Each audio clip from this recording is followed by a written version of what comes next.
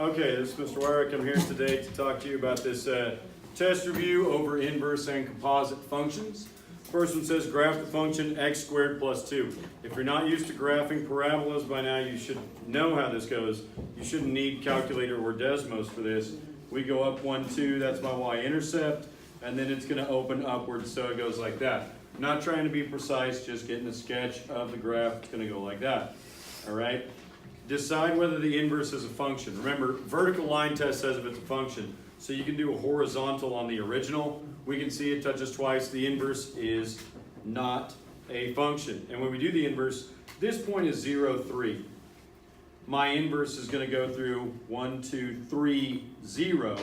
Since this goes up into positives, it will go over into positives. It should be symmetrical across y equals x. You can always tell. So if you're stuck on one of these, you can't tell if it's reflected or not. When you get the chance to use Desmos, graph y equals x, see if it reflects across that line. You should be in great shape. On number 2, it says that these are inverse of one another. If they're inverse, you don't have to do math. You get the 10 to put in, you're going to get 10 out of it. On number 3, this is x squared minus 3. I go 1, 2, 3 down, and it opens upward still. It's still positive. If I sketch my axis of symmetry here, you can see the reflection is going to be a little weird. I go 1, 2, 3 back this way, and it goes like that. Once again, I've got both halves of it. So this is not just x plus 3 and the square root. It's going to be plus or minus. Okay? You need the top half and the bottom half, and no, it's not a function. Now some inverses, if it's a line, like an inverse of a line will be a function, so be very careful on that. Given that f of x equal to this, and then this is the inverse, again, they're inverse. If I make a composite out of the equation, you put in 17, you get out 17. No math required. On the back side, f of g of negative 5 or g of f of negative 5, they should not be the same thing unless it's inverse. Okay? F of g of negative 5 means we're going to put it into the g first. Negative 3 times negative 5 is 15 plus 2 is 17. So we put 17 into f of x. 17 times negative 4 would be a negative 68. Plus 5 would be a negative 63. Okay? On g of f of negative 5, we put this into f of x first. Negative 5 times negative 4 is positive 20 plus 5 is 25. Then we'll put that into g. 25 times negative 3 is negative 75 plus 2 is a negative 73. It's that way for everything the rest of the way down the page. What you have to be careful about mainly is when you get one like this, it says g of f of x. F of x is just 2x minus 1. Okay? We don't have any number to put in there to condense it down. We don't have any like terms to put together. So we're putting this entire thing of 2x minus 1 into g. We still work from the inside out. Okay? So I've got that backwards. It should be f of x is equal to 4 plus 5x.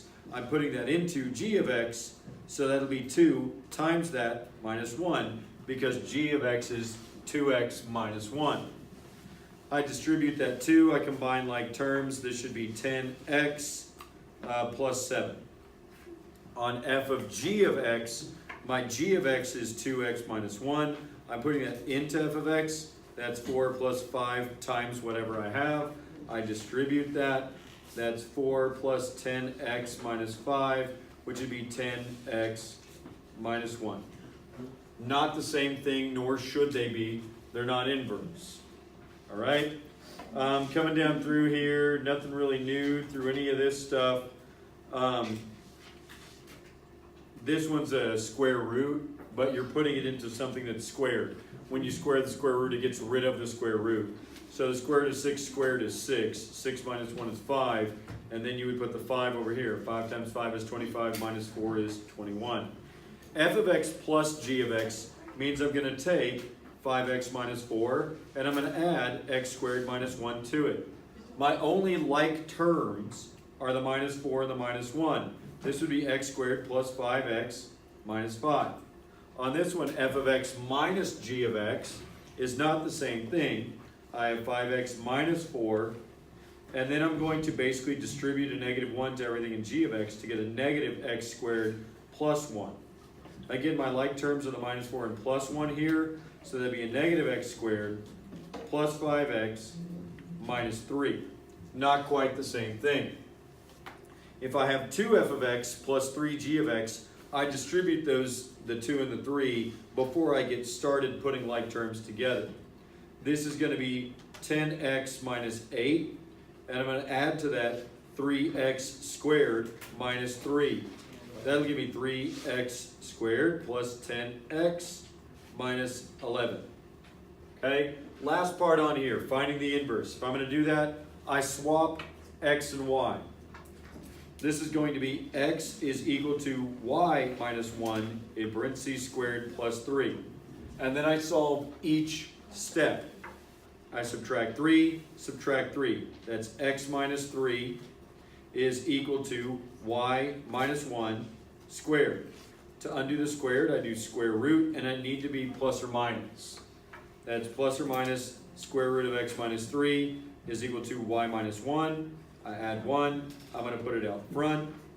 So that's 1 plus or minus the square root of x minus 3.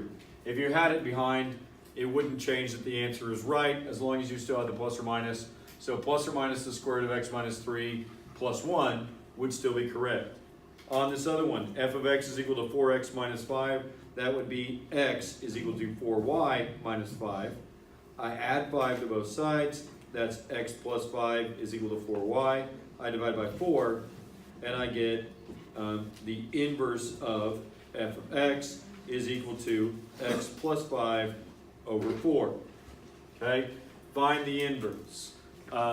You'll have access to Desmos for 10-15 minutes during the test. You won't need it the whole time. Checking graphs is the main thing. If you don't get it, make sure to check in tomorrow for tutorials. Yeah.